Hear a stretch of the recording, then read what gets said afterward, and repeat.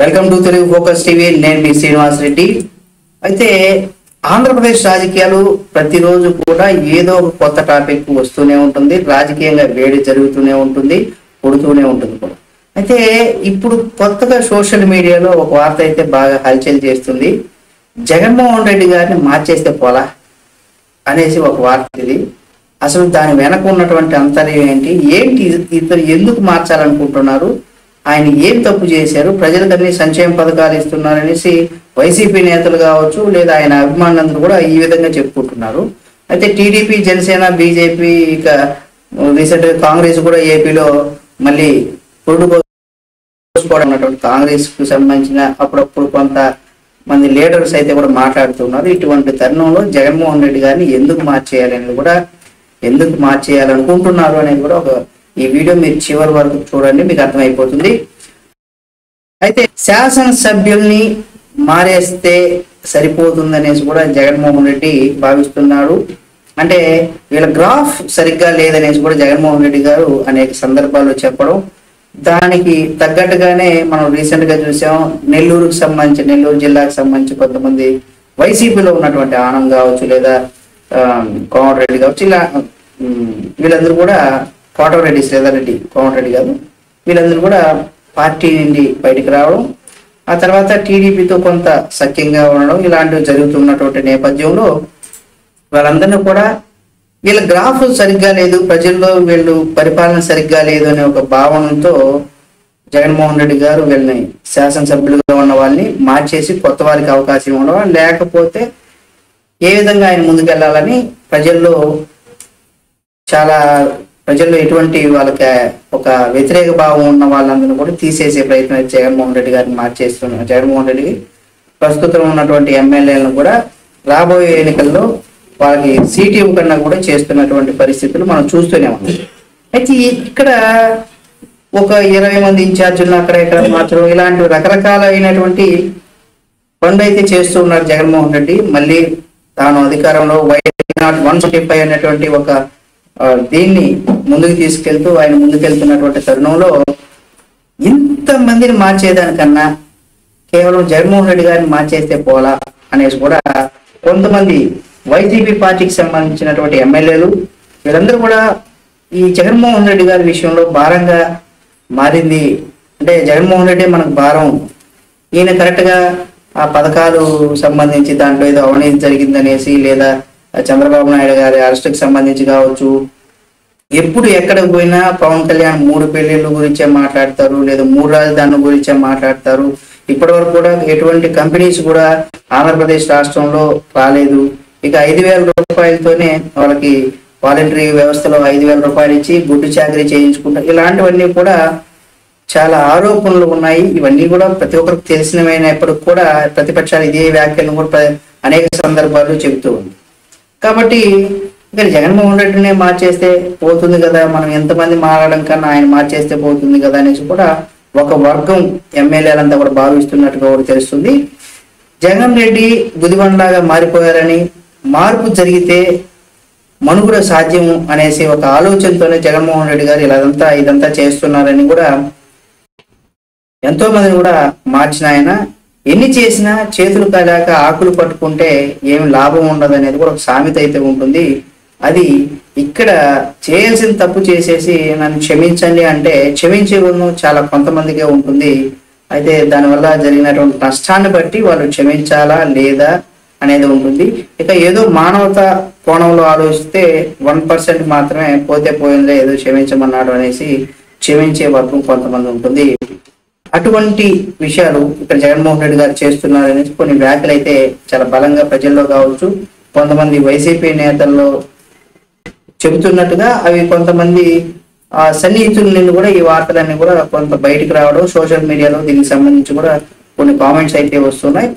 అయితే ఇక్కడ చెల్లిని ఇక్కడ ఒక కాసు కూడా ఇక్కడ ఇవ్వట్లేదు, అంటే చల్లని కాసు ఎక్కడా కూడా చల్లదు అంటూ ఉంటారు కదా, ఆ విధంగా తన చెల్లిని కూడా ఇక్కడ జగన్మోహన్ రెడ్డి గారు ఇక్కడ నీకు ఏమి ఇంకా ఉండదు, నువ్వు ఇక్కడ ఎందుకు పనికిరావు, నీ సేవలు ఇక చాలు అన్నట్టుగా కూడా తన చెల్లిని కూడా షర్మిల గారిని కూడా రాజకీయాల్లో తను జైల్లో ఉన్నప్పుడు పార్టీని షర్మిల గారి భుజాన వేసుకొని ప్రజల్లో తీసుకెళ్ళినటువంటి సందర్భాలు మనం చూసాం. ఎవరు కాదన్నా అవునన్నా అది వాస్తవం. కానీ ఇప్పుడు ఆమెకి ఇక్కడ తెలంగాణలో షర్మిల గారికి చెల్లని కాసు ఎక్కడైనా చెల్లదని అనే ఉద్దేశంతో అక్కడ ఆమెకు చెల్లట్లేదా చెల్లిందా అనేది పక్కన పెడితే ఆమె కాంగ్రెస్ పార్టీలో తన తండ్రి ఉన్నటువంటి కాంగ్రెస్ పార్టీ కోసమే పనిచేయాలని చివరికి పార్టీ పెట్టినప్పుడు కూడా విలీనం చేస్తానని చెప్పి కూడా కానీ పోటీ చేయకుండా ఉండిపోయింది. ఇటువంటి సందర్భాలను కూడా మనం చూసాం. దానికి సంబంధించి ఇప్పుడు ఏపీలో కూడా అభ్యర్థులు మార్పులు కావచ్చు, కొత్త వాళ్ళని చేర్చుకోవడం కావచ్చు, కొత్త వారిని ఎంపిక చేసుకునే విషయంలో కూడా రాజకీయ పార్టీలు కొంత అంతర్గత వ్యవహారం అంటే అంతర్గతంగా ప్రతి రాజకీయ పార్టీ కూడా ఇక్కడ కొంత ఆలోచనను చేస్తూ ఎవరిని తీసుకోవాలి, పార్టీలో ఎవరు వస్తే మనకు పార్టీ కొంత బలంగా ఉంటుంది, ఇవన్నీ కూడా ప్రతి పార్టీ కూడా ప్రధానమైనటువంటి పార్టీలను కూడా ఆలోచిస్తున్నాయి. కానీ రాష్ట్రంలో వైఎస్ఆర్ కాంగ్రెస్ పార్టీ ఏకంగా సగం మంది సిట్టింగ్ ఎమ్మెల్యేలను మార్చేందుకు సిద్ధమవుతుంది. అంటే 175 స్థానాల్లో ఉన్నటువంటి ఎమ్మెల్యేలను ఇంకా సగం మంది మార్చేస్తే 100% ఆ సగం మంది లేకపోతే 100% కొత్త వారికి అవకాశం ఇస్తే అంటే ఇక్కడ కొత్త వారికి అవకాశం అంటే ఈ గతంలో మేము వీళ్ళని మన పార్టీ తరఫున నిలబెట్టాము, వీళ్ళు ప్రజలకు ఏం సేవ చేయలేదు అని జగన్మోహన్ రెడ్డి బలంగా ప్రజల్లోకి తీసుకెళ్లాలని భావిస్తున్నటువంటి సందర్భాలు కూడా మనం చూడొచ్చు. కాకపోతే ప్రజలు ఏ విధంగా దీన్ని తీసుకుంటారు అంటే జగన్మోహన్ రెడ్డి గారు 100% ఈ యొక్క స్ట్రాటజీనే రాబోయే రోజుల్లో వాడతారు. ఎందుకంటే మన పార్టీ అధికారంలోకి వచ్చింది 151 సీట్ల మెజారిటీతో మన పార్టీని ప్రజలు మీరందరూ గెలిపించారు. మీ నియోజకవర్గ ఎమ్మెల్యేలు మీకు సేవ చేయలేదు, అందుకే వీళ్ళందరూ కూడా మార్చేస్తున్నాను అని చెప్పేసి కూడా రాబోయే రోజుల్లో జగన్మోహన్ రెడ్డి 100% ఇక్కడ ఈ విషయాన్ని అయితే ప్రస్తావిస్తారు. అయితే అది తనకు ప్లస్ అనేసి ఆయన ఉద్దేశం. కానీ ఇటు ఎవరికైతే అతను సిట్టింగ్ ఎమ్మెల్యేలుగా ఉన్నవారిని అంటే గెలిచి పార్టీలో కొనసాగుతున్న వారు ఎవరైతే ఉంటారో వాళ్ళు కనుక వాళ్ళకి సీట్లు ఇవ్వకపోతే వాళ్ళే తిరిగి జగన్మోహన్ రెడ్డి చేసినటువంటి ప్రతి పనిని కూడా బయట పెట్టేటువంటి అవకాశం ఉంటుంది. అయితే ప్రజలు కూడా ప్రశ్నించవచ్చు, అంటే మీరు ఇన్ని రోజులు ఎందుకు ఆ విషయాన్ని చెప్పలేదు, ఇప్పుడు మాత్రం ఎందుకు చెప్తున్నారు అనేసి ప్రజలు కూడా అడిగేటువంటి అవకాశం ఉంటుంది. అయితే జగన్మోహన్ రెడ్డి పరిపాలన అంతా కూడా ఒక రాక్షస పరిపాలన అనే ఉద్దేశంతో కూడా బలంగా ఆ నియోజకవర్గాలకు వీళ్ళు ఏమడిగారు, ఆయన ఏం చెప్పారు, అసలు మమ్మల్నే కలవనీయలేదు, ఇలాంటివన్నీ కూడా అక్కడ ఇంటర్నల్ గా ఉన్నటువంటి అనేక సమస్యలు ఏవైతే ఉన్నాయో రాష్ట్ర అభివృద్ధికి జగన్మోహన్ రెడ్డి ఏ విధంగా ద్రోహం చేశారు, ఇలాంటివన్నీ కూడా ఈ సగం మంది సిట్టింగ్ ఎమ్మెల్యేలను కూడా తీవ్ర వ్యతిరేకత అయితే వస్తుంది. ఇప్పుడు ఒకరో ఇద్దరు అంటే తనకి ఏదో అడిగితే ఇవ్వలేదనే ఒక రీజన్ అయితే ఉంటుంది. ఇటువంటి పరిస్థితుల్లో సగం మంది సిట్టింగ్ ఎమ్మెల్యేలను కనుక మార్చితే ఒక గొంతుకు 10 గొంతులు తోడైతే దాని ప్రభావం ఏ విధంగా ఉంటుందో 100% ఇటువంటి ప్రభావం రానున్న రోజుల్లో జగన్మోహన్ రెడ్డి గారు తప్పనిసరిగా ఎదుర్కోవాల్సినటువంటి పరిస్థితి ఉంటుంది. ఇక్కడ సగం మంది మార్చేస్తానని చెప్తున్నాడు కాబట్టి నన్ను చూసి ఓట్లు వేశారు, నా బొమ్మను పెట్టుకుని మీరంతా గెలిచారు అని ఒక అహంభావంతో జగన్మోహన్ రెడ్డి గారు అటువంటి అహంభావంతో ఆయన ఉన్నారనేసి కూడా చాలా మంది చెప్పుకుంటున్నారు. ఎందుకంటే ఎమ్మెల్యేలుగా అక్కడ ఏదైనా మీటింగ్ జరిగినప్పుడు జగన్మోహన్ రెడ్డి ప్రవర్తన ఎలా ఉంటుంది అనేది కూడా వాళ్ళు దగ్గరగా ఉండి చూస్తూ ఉంటారు. కాబట్టి వాళ్ళకైతే తెలుస్తుంది, ప్రజలకు తెలియకపోవచ్చు, ఎందుకంటే దగ్గరగా ఉన్న వాళ్ళకి పక్కాగా తెలుస్తుంది. కాబట్టి ఇందులో వైసీపీ మంత్రులు కావచ్చు, ఇతర సీనియర్ నాయకులందరూ కూడా నిమిత్త మాత్రులు అయిపోయారు జగన్మోహన్ రెడ్డి గారు. అంటే వైసీపీ పార్టీలోకి వెళ్ళిన తర్వాత ఈ మార్పులతో వైసీపీలో తీవ్రమైనటువంటి గందరగోళం 100% వస్తుంది. ఎక్కడో వద్దు, విభిన్న జిల్లాలకు సంబంధించినటువంటి నేతల వాళ్ళు మన ఒకే కుటుంబంలో ఉన్న అన్నదమ్ములు కావచ్చు, లేదా ఒకే కుటుంబంలో ఉన్నటువంటి ఫ్యామిలీ మెంబర్స్ లోనే రకరకాల అభిప్రాయాలు ఉంటాయి. ఆ విధంగా ఒక కుటుంబంలో ఒక రక్తం పంచుకుంటున్న వాళ్ళలోనే ఇటువంటి ఉంటే మరి రకరకాల జిల్లాలు రకరకాల మెంటాలిటీ ఉన్నటువంటి నాయకులు మాత్రం ఏ విధంగా ఉంటారు అనేది కూడా ప్రతి ఒక్కరు కూడా ఆలోచించుకోవచ్చు. అయితే తీవ్రమైనటువంటి గందరగోళంలో వైసీపీ పార్టీ ఉందని చెప్పుకోవచ్చు. అలజడి మొదలైపోయింది. కొంతమంది జంబ్లింగ్, మరి కొంతమందికి లాటరీ పద్ధతిలో కూడా ఇక్కడ అభ్యర్థులను ఎంపిక చేస్తున్నారు అనేసి కూడా తెలుస్తూ ఉంది. అయితే ఇది ఏంటి, ఆట బొమ్మలా లేకపోతే ఏంటి అని, ఇది రాజకీయం అంటే చదరంగంతో పోలుస్తూ ఉంటారు. అది నిజంగా అట్లా చదరంగం లాగానే ఉంది. అంటే మనం ఆడుకునేటప్పుడు బొమ్మ బుర్స ఎండా బాణ ఇట్లాంటివి వేసుకొని ఆడుతూ ఉంటారు కదా, ఏందో ఇవన్నీ కూడా. సరే, ప్రజలు ఆయన స్ట్రాటజీ ఆయనకు ఉంటుంది. ఇక్కడ కొంతమంది ఏమంటున్నారంటే, అటు ప్రతిపక్షాలు కావచ్చు లేదా ప్రజల్లో కావచ్చు, జగన్మోహన్ రెడ్డి గారు అంటే పిచ్చోడి చేతికి రాయిస్తే ఎలా ఉంటుంది అనేది ఒక వాదన కూడా ప్రజల్లో నాయకుల్లో అయితే కూడా బలంగా వినిపిస్తుంది. జగన్మోహన్ రెడ్డి ప్రజాస్వామ్యం పట్ల ఏమాత్రం నమ్మకం లేదు. ప్రభుత్వం కానీ లేదా పార్టీలో కానీ ప్రజాస్వామ్య పద్ధతులు ఏవి కూడా అమలు కావు ఆయన జగన్మోహన్ రెడ్డి గారు ప్రభుత్వంలో. నేను చెప్పింది వినాల్సిందే, ఎవరేం చెప్పినా నేను వినను, నాకు నచ్చిందే నేను చేస్తాను అని కూడా జగన్మోహన్ రెడ్డి చాలా మొండిగా మూర్ఖంగా వ్యవహరిస్తున్నారంటూ కూడా ఇదంతా కూడా ఆయన బొమ్మ పిలిచి ఆయన బొమ్మ పెట్టుకొని గెలిచారు అని చెప్పేసి కూడా ఆయన చెప్తున్నట్టుగా ఆ పార్టీకి సంబంధించిన వాళ్ళు చాలా మంది చెప్తున్నారు. కాబట్టి ఇది సమిష్టి బాధ్యత ఎక్కడ కనిపించలేదు అనే ఒక వాదన కూడా పార్టీలో ఉన్నటువంటి నాయకులంతా కూడా చెప్తూ ఉన్నారు. అంటే ఒకటి ఉంటుంది పాట కూడా, నలుగురికి నచ్చినది నాకు అసలు నచ్చదు అనేసి ఒక పాట అయితే ఉంటది కదా. ఆ విధంగా జగన్మోహన్ రెడ్డి గారి వ్యవహారం కూడా అలా ఉంది అనేది కూడా తెలుస్తుంది. అందుకే ఎవరితో ఎలాంటి సంప్రదింపులు కూడా ఉండవు అనేసి కూడా జగన్మోహన్ రెడ్డి పరిపాలనలో అలా ఉండవు. అంటే ఒక శాఖకు సంబంధించిన వాళ్ళు ఏదైనా ఉన్నప్పుడు ఆ శాఖ మంత్రులతో కావచ్చు ఎవరితో అయినా కానీ ఆయన ఎటువంటి సంప్రదింపులు చేయరు, ఆయన అనుకునేదే చేస్తారు. అన్ని ఏకపక్ష నిర్ణయాలతోనే అధికారంలో ఉంటారు, ఆయన అధికారం చేస్తున్నారు. అంటే అధికారం ఉన్నవాడు అంటే పిచ్చోడు చేతిలో రాయిలాగా మారిపోయింది ఆయన వ్యవహార శైలి అంటూ కూడా మంత్రులైనా కానీ లేదా సీనియర్ నాయకులైనా కానీ తనకు నచ్చితేనే వాళ్ళంతా కూడా ఉంచుతారు. నిర్మోహమాటంగా నిర్దాక్ష్యంగా కూడా పక్కన పెడతారు జగన్మోహన్ రెడ్డి. ఆయన రాజకీయంగా ఎంత అనుభవం ఉంది లేదా ఏమనేది ఆయనకు అవసరం లేదు అనే ఒక వార్తలు అయితే కూడా సామాజిక మాధ్యమాల్లోనే కాదు పార్టీలో నుండి బయటకు వచ్చినటువంటి వాళ్ళు చాలా సందర్భాల్లో కూడా ఈ విషయాన్ని అయితే చెప్పారు. అంతిమ లక్ష్యం తనదే గెలవాలి, అంటే మీరు ఎవరు ఎన్ని చెప్పినా సరే నేను చెప్పిందే వినాలి, లేకపోతే పక్కన పెడతారన్నట్టు అనమాట.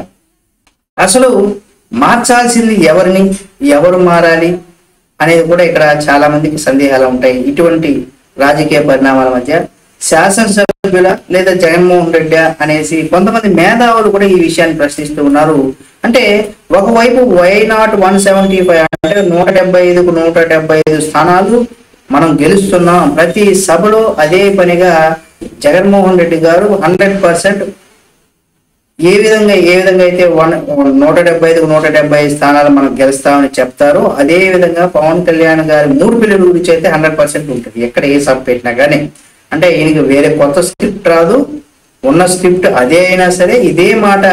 అంటే పవన్ కళ్యాణ్కి 3 పెళ్ళిళ్ళు చేసుకున్నాడు, ఆయనకి ఇదే విషయాన్ని మళ్ళీ రెండోసారి చెప్పమనగా ఆయన స్క్రిప్ట్ ఉంటేనే చెప్పేటువంటి పరిస్థితులు మనం చూస్తూ ఉన్నాం. అంటే ప్రతి సభలో అదే పనిగా ఈ విషయాలు అయితే తప్పనిసరిగా చెప్తూ ఉంటారు. కానీ హఠాత్తుగా కొన్ని రోజుల నుంచి కొంత అభద్రతా భావానికి లోనైనట్టుగా కూడా మనకు తెలుస్తుంది. అసలు అధికారమే చేజారిపోయేటువంటి పరిస్థితి కనిపిస్తూ ఉంది. తెలంగాణ ఎన్నికల్లో అనుభవాలు కూడా పరిగణలోకి తీసుకొని అభ్యర్థులను కూడా మార్పులకు జగన్మోహన్ రెడ్డి గారు శ్రీకారం చుడుతున్నారు. అంటే ఇక్కడ కూడా తెలంగాణలో కేసీఆర్ గారు సిట్టింగ్ ఎమ్మెల్యేలకి టికెట్ ఇచ్చి 100% పార్టీ ఓటమికి కూడా అది ప్రధానమైనటువంటి కారణంగా చెప్పుకోవచ్చు. ఎందుకంటే సిట్టింగ్ ఎమ్మెల్యేలు అంటే గతంలో వాళ్ళు ఏమి కనుక ఆ నియోజకవర్గ ప్రజలకు ఏమి చేయకపోతే వాళ్ళు 100% ఆ నాయకుడికి సపోర్ట్ చేయరు. అక్కడ ఆ ప్లేస్ లో వేరే వాళ్ళకు వచ్చినట్లయితే వాళ్ళకు కొంత ఓట్ బ్యాంక్ పెరిగేటువంటి అవకాశం ఉంది, లేదా గెలిచేటువంటి అవకాశం ఉంటుంది. దాన్ని గుణపాఠంగా తీసుకొని జగన్మోహన్ రెడ్డి గారు ఇక్కడ ఆంధ్రప్రదేశ్ లో కూడా సిట్టింగ్ ఎమ్మెల్యేలకు వద్దు, కొత్త అంటే మార్పే ముద్దు అన్నట్టుగా కూడా ఆయన ముందుకు వెళ్తున్నారు. చాలా మంది సిట్టింగ్ ఎమ్మెల్యేలకు మొండి చేయి చూపుతున్నారు 2024 ఎలక్షన్స్ లో అని చెప్పుకోవచ్చు. అయితే ఈ మార్పుతో గెలుపు సాధ్యమా అనేది కూడా ఇక్కడ ఆలోచించాలి మనం. అయితే తెలంగాణ ఎన్నికల ఫలితాలు ఏపీ ఎన్నికలకు ఏ మేర ప్రభావం చూపుతాయి, ఇవన్నీ కూడా మనం వేచి చూడాల్సినటువంటి పరిస్థితి ఉంటుంది. అయితే తెలంగాణలో కొంతవరకు అభివృద్ధి చూసాం, ఇక్కడ మాత్రం అభివృద్ధి శూన్యం. అక్కడ టిఆర్ఎస్ పార్టీ అభ్యర్థులు ఎవరైతే ఉంటారో వాళ్ళు మార్చకపోవడం కూడా కేసీఆర్ ఓడిపోయారనే ఒక భావన అక్కడ కేసీఆర్ గారికి కావచ్చు, కేటీఆర్ గారికి కావచ్చు, హరీష్ రావు గారికి కావచ్చు, లేదా ఆ నాయకులు ఎవరైతే ఉన్నారో వాళ్ళందరికీ కూడా మనం అంటే వీళ్ళకి అనుభవం పరంగా లేదా వీళ్ళు గెలుస్తారనే ఒక ధీమాతోనే సిట్టింగ్ ఎమ్మెల్యేలని కొనసాగించి కేసీఆర్ గారు ఓడిపోయినటువంటి కేసీఆర్ గారు కూడా తెలుసు. అదే తరుణంలో జగన్మోహన్ రెడ్డి గారు కూడా ఈ విషయాన్ని పసిగట్టి జగన్మోహన్ రెడ్డి ఇష్టానుసారంగా మారుస్తున్నారు. అంటే గెలుపు పైన నమ్మకం కుదిరితే ఎలా ఉంటుంది అంటే గెలుపు పైన నమ్మకాన్ని కుదిర్చేది ఏంటివి?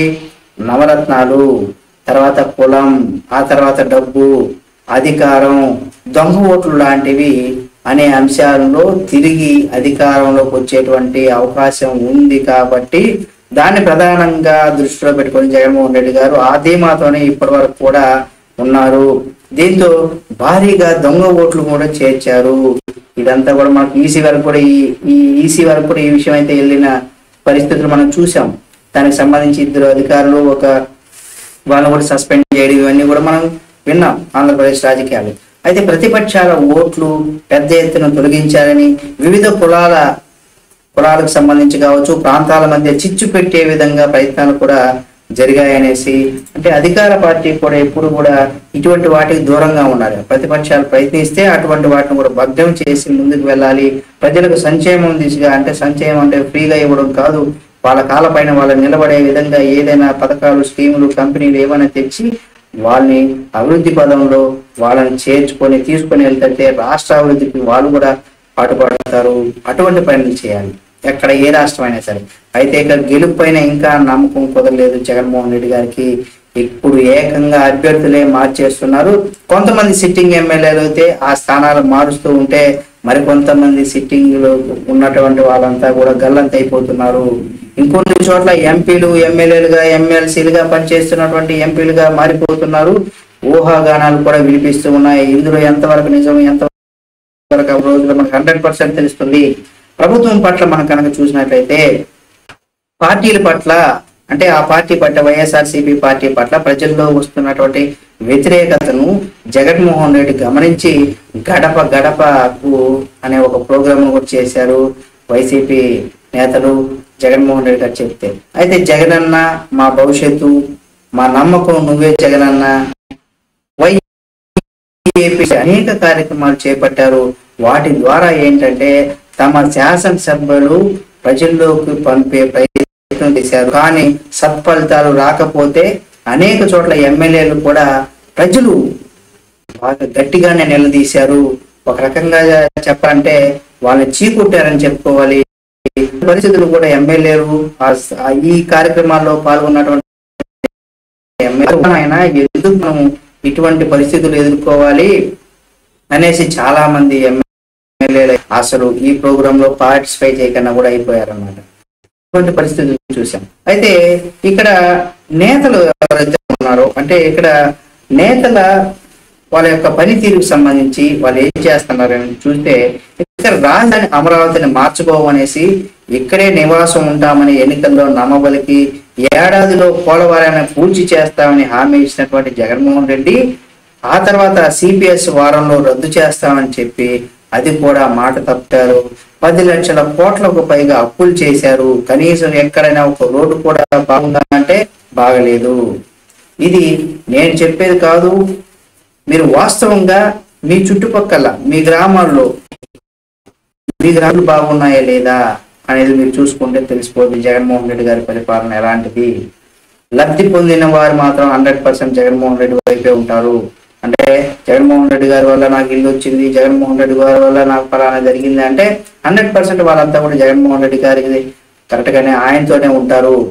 ఇక్కడ ప్రధానంగా ఈ వయోవృద్ధులు కావచ్చు, వితంతువులు కావచ్చు, ఎవరైతే పెన్షన్స్ తీసుకుంటా ఉంటారు, పింఛన్లు అయితే తీసుకుంటారు, వాళ్ళందరూ కూడా వాళ్ళకి ఎటు పెంచారు కాబట్టి అది జగన్మోహన్ రెడ్డి గారు ఆయన జేబులో నుంచి తెచ్చారు.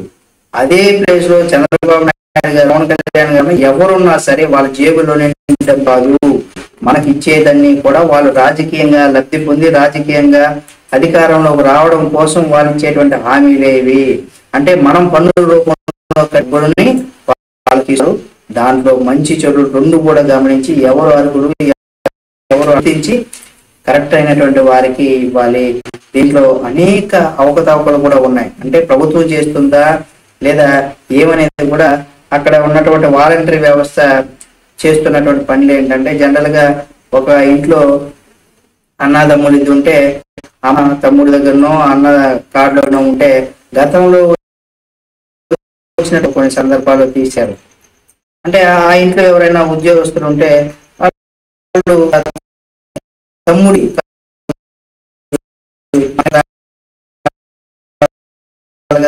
ఇలా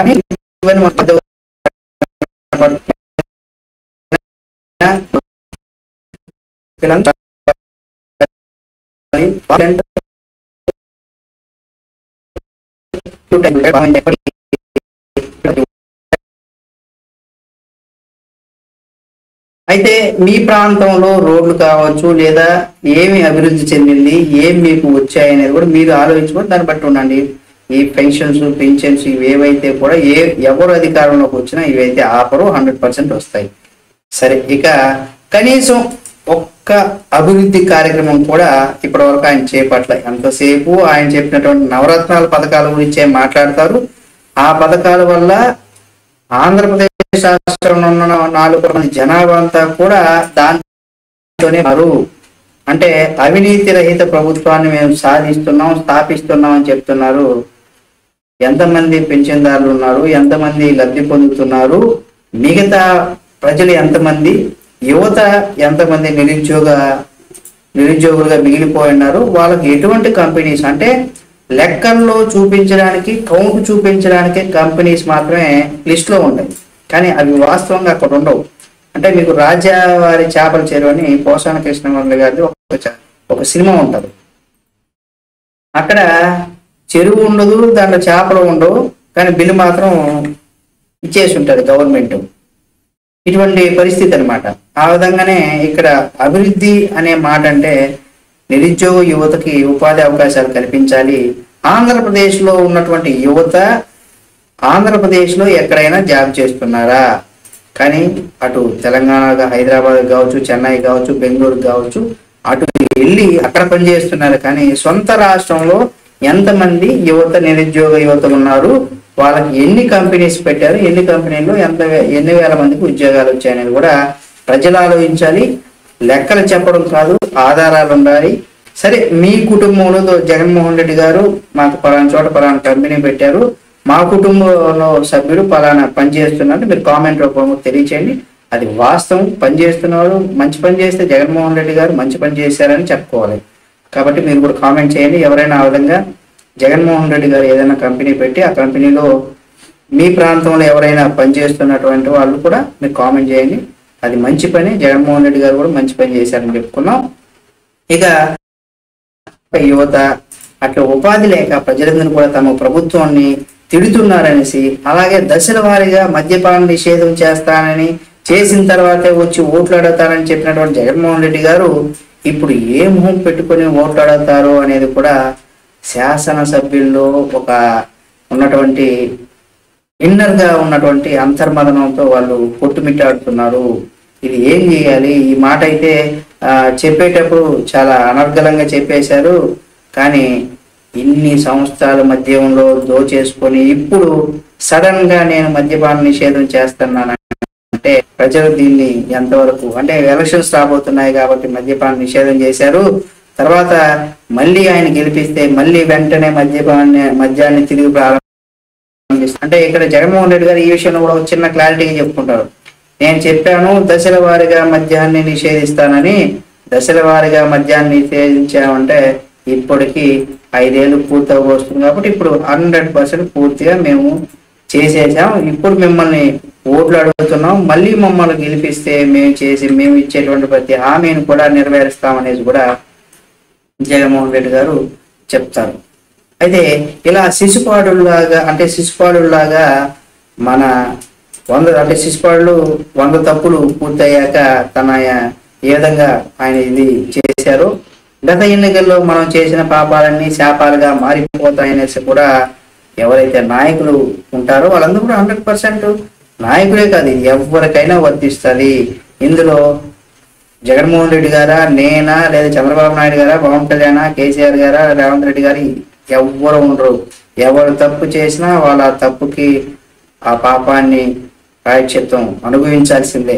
కాబట్టి శాపాలుగా మారుతాయి. వారంతా ఇప్పుడు ఏం సమస్యలు ఎదుర్కోబోతున్నారు, రాబోయే రోజుల్లో టీడీపీ పార్టీ కనుక అధికారంలోకి వస్తే తెలంగాణలో ప్రస్తుతం జరుగుతున్నటువంటి ఏవైతే రేవంత్ రెడ్డి గారు సీఎం అయిన తర్వాత కేసీఆర్ గారి పరిస్థితి, ఆ ప్రభుత్వంలో చేసినటువంటి అవకతవకల మీద ఏ విధంగా అయితే ఒక్కొక్క చిట్ట బయటకు తీస్తున్నారో, సేమ్ ఆంధ్రప్రదేశ్ లో కూడా జగన్మోహన్ రెడ్డి శాశ్వతంగా జైల్లో ఉండేటువంటి పరిస్థితి కూడా ఉంటుంది.